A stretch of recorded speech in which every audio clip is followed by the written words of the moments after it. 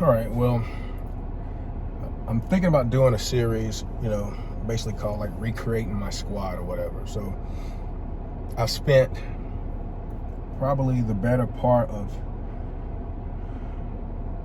now with COVID, 3, you're probably looking at least 3 years since I did a back squat, if not 4. Up until about 2 months ago. So right now I'm about to go have my 4th session in about the past 2 months. This will be the 3rd session in about the last 3 weeks. And I'm really big on squats. I'm really big on it. I did front squats for a while just to supplement the movement because I lost a decent amount of flexibility, and it was easier to front squat and get good depth and get good work, but I wasn't really squatting more than 315.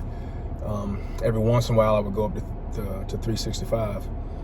But being in construction a few years back, I think I messed a few things up a few times on some job sites, because I went through a phase where I had some very excruciating knee issues. And I mean, this was my left knee that I had injured in college in 94, had surgery on in 98. And the doctor had told me then, probably in about 10 years, you're going to need another surgery to clean it out, whatever, just from it being a little bit weaker, whatever, blah, blah, blah. Never really needed that. But over the past few years, a lot of times I feel like I have something going on to where it's like, okay, I guess this is it. I'm going to need surgery again. And I mean, I don't remember anything specific that I did where I just did something and I felt something and was like, oh, I'm injured or hurt. Especially as far as my knee goes. And I mean, there were times where, well, I'll say that there was an instance where I had to jump out of a machine that was kind of malfunctioning. It wouldn't lower you, one of these cherry picker or whatever. And it was about 10 feet high. So I hopped out of the bucket or the cage or whatever on it. And it was a pretty high, jump for somebody, especially of my size, who doesn't do that much jumping or really any jumping at all. And not long after that, I developed very excruciating pain that would come and go at certain angles when I was walking or stepping down or something in my right ankle. And I think that might have had something to do with that jump. And I mean, between that instance and my knee, those 2 instances, I always say, the difference between you being hurt and injured is injured means your ability to protect yourself is compromised. Greatly compromised. And if I would have had something happening, going down during either one of those times, I would have been screwed. If I needed to run or protect myself or my family or whatever else, I would have been screwed.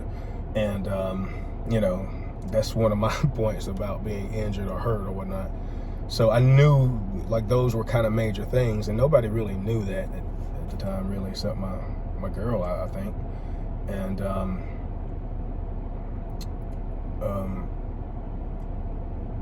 we went out to eat one time up at kind of this resort kind of area. And I mean, we really didn't get to enjoy the scenery or whatever, because it took everything for me to get a few hundred feet to the location, from parking to the dining location. And it was like, we got to go back home after that, because it was just too painful for me to walk. And I mean, it was bad. But I never missed a day of work because of either one of those. And it's just bad memories. But so getting a little bit older, 46 now, just turned 46 in July. It's August 20. I don't know what's the day, 26th, I think, 27th. something like that. But it's Sunday. So, you know, I'm gonna be trying to get serious in back squatting a little bit more. Like my first week, you know, I could really feel it the next day, and I didn't like that. And that's what I always tell people about. You know, you have to get going just so you can get over that initial hump, because afterwards I didn't feel like squatting anymore. You know, I mean, not seriously, but you know what I'm saying. It was just really uncomfortable. I was really stiff the next few days. It changed my gait, you know, my walking stride. It made my feet hurt due to that. Made things that were already tighter. And, you know, I'm trying to work on my flexibility more too, because I used to be very flexible and I could squat differently, even when I was in my 20s. And I think I gave up some of that for the idea of going for higher weight by doing wider, more powerlifting type squats. And in hindsight, I was probably squatting a little bit high, which wouldn't make any difference, but it wouldn't have been meet legal or whatnot. But I've never been one of these little back bend guys. You know, I was still squatting. But now I'm way more interested in more of an Olympic type squat for the most part, or at least closer to that, to where I can get really good, you know, bottom end range, so to speak. And I want to get back into box squatting, which I used to do a lot of. And I know I need to just work a lot on flexibility in my hamstrings and hips, and I think that limits me a lot. I like to warm up and do a lot of mobility work. Not really warm up, but I like to do kind of some mobility work. I like to do at least a good 15 minutes if I can. Today it's not going to be that much, but I will probably do about 10 minutes, because I don't have that much time. I'm just going to get to it just to get some work in, because I want to get back home and do some stuff around the house before the sun goes down. But, you know, it's just, you know, I'm trying to be open and show people, like, you know, as much as I talk about this, that, and the third, you know, we all go through moments and times in life where we kind of fall by the wayside with our goals and the things that we identify with ourselves, you know, identify with as being important and top priorities. And sometimes you push them to the back burner, et cetera, et cetera. And so, you know, I'm just trying to show that vulnerability and getting back in there. I want to do some squat videos and let people see my form for what it is and see my weakness for what it is. I haven't squatted 405 since, I mean, it's been at least 4 years since I put 405 on the bar. And I think I went for it one time, front squatting, back when I was doing a lot of front squatting, and I failed it. Probably wouldn't have. I would like to also work on my front squat rack position. I like that.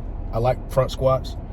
I don't think they're that special, except for, you know, being able to get deeper, maybe a little more comfortably for a lot of people. But you know, I like working all types of squats and variations, but I don't have a good rack position for the front squat. I do front squats like this.